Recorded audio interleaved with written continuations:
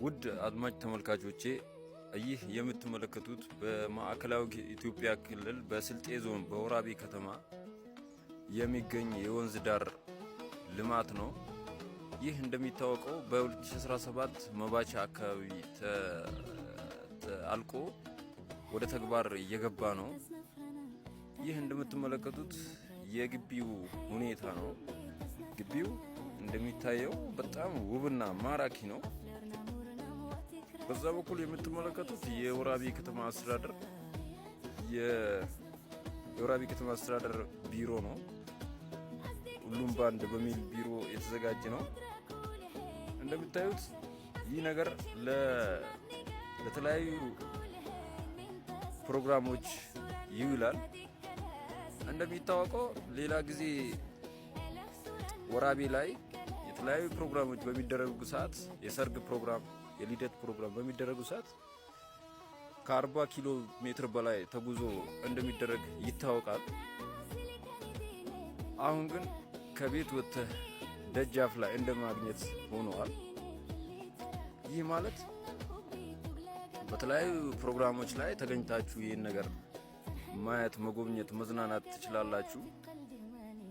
እንግዲህ ሁሉም ነገር በየጊዜው እየታደሰ እየተሰራ ይገኛል። ይህን መታችሁ ከልጆቻችሁ ከራሳችሁ ሌሎችንም ጓደኞቻችሁ ይዛችሁ መታችሁ መዝናናት፣ የትኛውም ነገር ማረግ፣ ለፌሽታ፣ ለመዝናናት፣ ለሰርግ፣ ለልደት ፎቶ እንኳን ለመነሳት ከዚህ በፊት ከ40 ኪሎ ሜትር በላይ መጓዝ እንደነበረብን እናውቃለን። አሁን ደግሞ በደጃፋችን ተገኝተዋል። ኑ ተዝናኑ፣ ጎብኙ፣ ሀገራችሁን አልሙ። እንግዲህ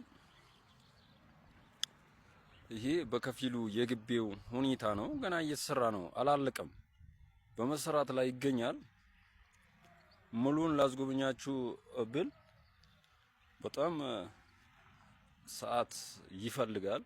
እንደሚታወቀው ያው ቲክቶክ አጫጭር ነገራቶች ስለሚለቅ እንጂ በጣም ገና ግቢውን ገና አስጎብኝቼ እንኳን አልጨረስኩትም። ይሄ በጣም እንደምታዩት ግሪኑ፣ ይሄ ያው እንደምትመለከቱት አዳራሹ፣ በተለያዩ ነገራቶች ይህ የስልጤ ባህል በተለያየ መልኩ እየተሰራ ነው። እንግዲህ እንደምትመለከቱት ከፊት ለፊቱ አስፋልት ዳር መተላለፊያ ላይ ነው የተሰራው። እንግዲህ ገና ነው፣ ይቀጥላል።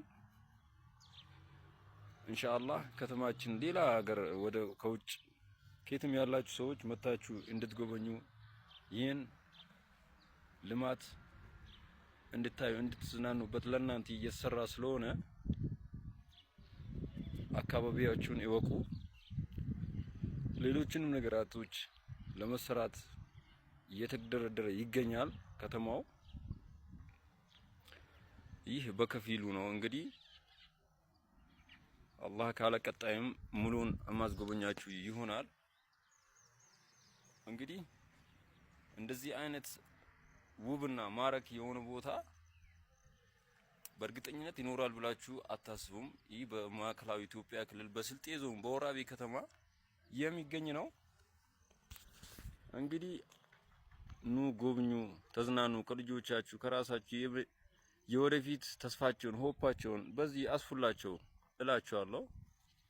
ይህ የምትመለከቱት እንደገና በጣም ለየት ባለ ዲዛይን የተዘጋጀ ነገር ነው። ይህ በድሮም ቢሆን በጣም በተለየ መልኩ